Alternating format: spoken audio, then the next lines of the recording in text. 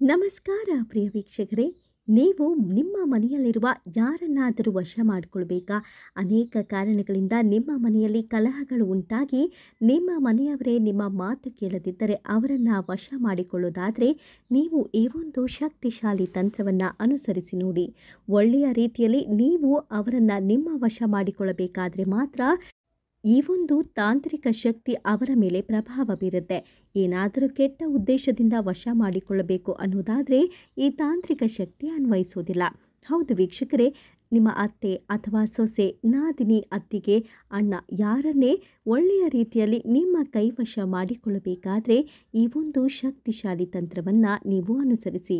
ಇದ್ದಕ್ಕಿದ್ದಂತೆ ಅವರು ನಿಮ್ಮ ಜೊತೆ ಸುಖ ಸುಮ್ಮನೆ ಜಗಳ ಆಡೋದು, ಹೇಳಿಕೆ ಮಾತನ್ನ ಕೇಳಿಕೊಂಡು ನಿಮ್ಮನ್ನ ದೂರ ಮಾಡೋದು ಅಥವಾ ಇನ್ಯಾವುದೇ ರೀತಿಯಲ್ಲಿ ನಿಮಗೆ ತೊಂದರೆ ಕೊಡೋದು ಮಾಡ್ತಾ ಇದ್ದರೆ ನೀವು ಈ ಒಂದು ಶಕ್ತಿಶಾಲಿ ತಂತ್ರವನ್ನು ಅನುಸರಿಸಬಹುದು.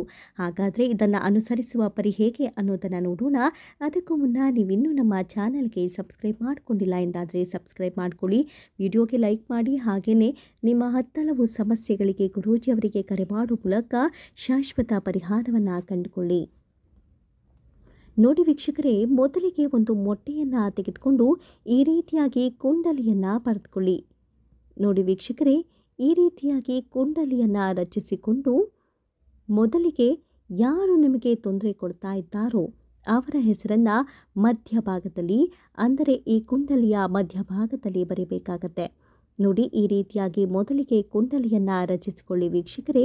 ಈ ರೀತಿಯಾಗಿ ರಚಿಸಿಕೊಂಡಂತಹ ಕುಂಡಲಿಗೆ ಈ ರೀತಿಯಾಗಿ ಬರೆದುಕೊಳ್ಳಿ. ಅವರ ಹೆಸರು ಏನೇ ಆಗಿದ್ದರೂ ಬರೆದುಕೊಳ್ಳಿ.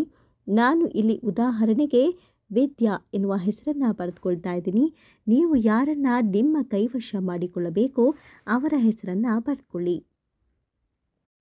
ನೋಡಿ ವೀಕ್ಷಕರೇ, ಈ ರೀತಿಯಾಗಿ ಕುಂಡಲಿಯನ್ನು ರಚಿಸಿಕೊಂಡ ನಂತರ ಕುಂಡಲಿಯ 4 ದಿಕ್ಕುಗಳಲ್ಲಿ, ಅಂದರೆ ಈ ರೀತಿಯಾಗಿ ಅವರ ಜನ್ಮ ದಿನಾಂಕ ನಿಮಗೆ ಗೊತ್ತಿದ್ದರೆ ಅದನ್ನು ನೀವು ಬರೆಯಬಹುದು. ಅಥವಾ ಜನ್ಮ ದಿನಾಂಕ ಗೊತ್ತಿಲ್ಲ ಎಂದಾದರೆ ಅವರ ಫೇವ್ರೆಟ್ ನಂಬರ್ ಅಥವಾ ಲಕ್ಕಿ ನಂಬರ್ ಯಾವುದಿದೆಯೋ ಆ ನಂಬರನ್ನು ನೀವು ಬರೆದುಕೊಳ್ಳಿ. ನೋಡಿ, ಈ ರೀತಿಯಾಗಿ 63 42 1990 ಅಥವಾ ನಿಮಗೆ ಯಾವ ನಂಬರ್ ಬೇಕು, ಅಂದರೆ ಅವರ ಜನ್ಮದಿನ ಗೊತ್ತಿದ್ದರೆ ಆ ನಂಬರ್ ಅಥವಾ ಅವರ ಲಕ್ಕಿ ನಂಬರ್ ಗೊತ್ತಿದ್ದರೆ ಆ ನಂಬರನ್ನು ಈ ರೀತಿಯಾಗಿ ಬರೆದುಕೊಂಡು ಈ ಒಂದು ಮೊಟ್ಟೆಯನ್ನು ಅವರ ಹೆಸರೇಳಿ ಓಂ ನಮೋ ಪ್ರತ್ಯಂಗಿರಾದೇವಿ ವಶಂ ಸ್ವಾಹ, ಓಂ ನಮೋ ಪ್ರತ್ಯಂಗಿರಾದೇವಿ ವಶಂ ಸ್ವಾಹ.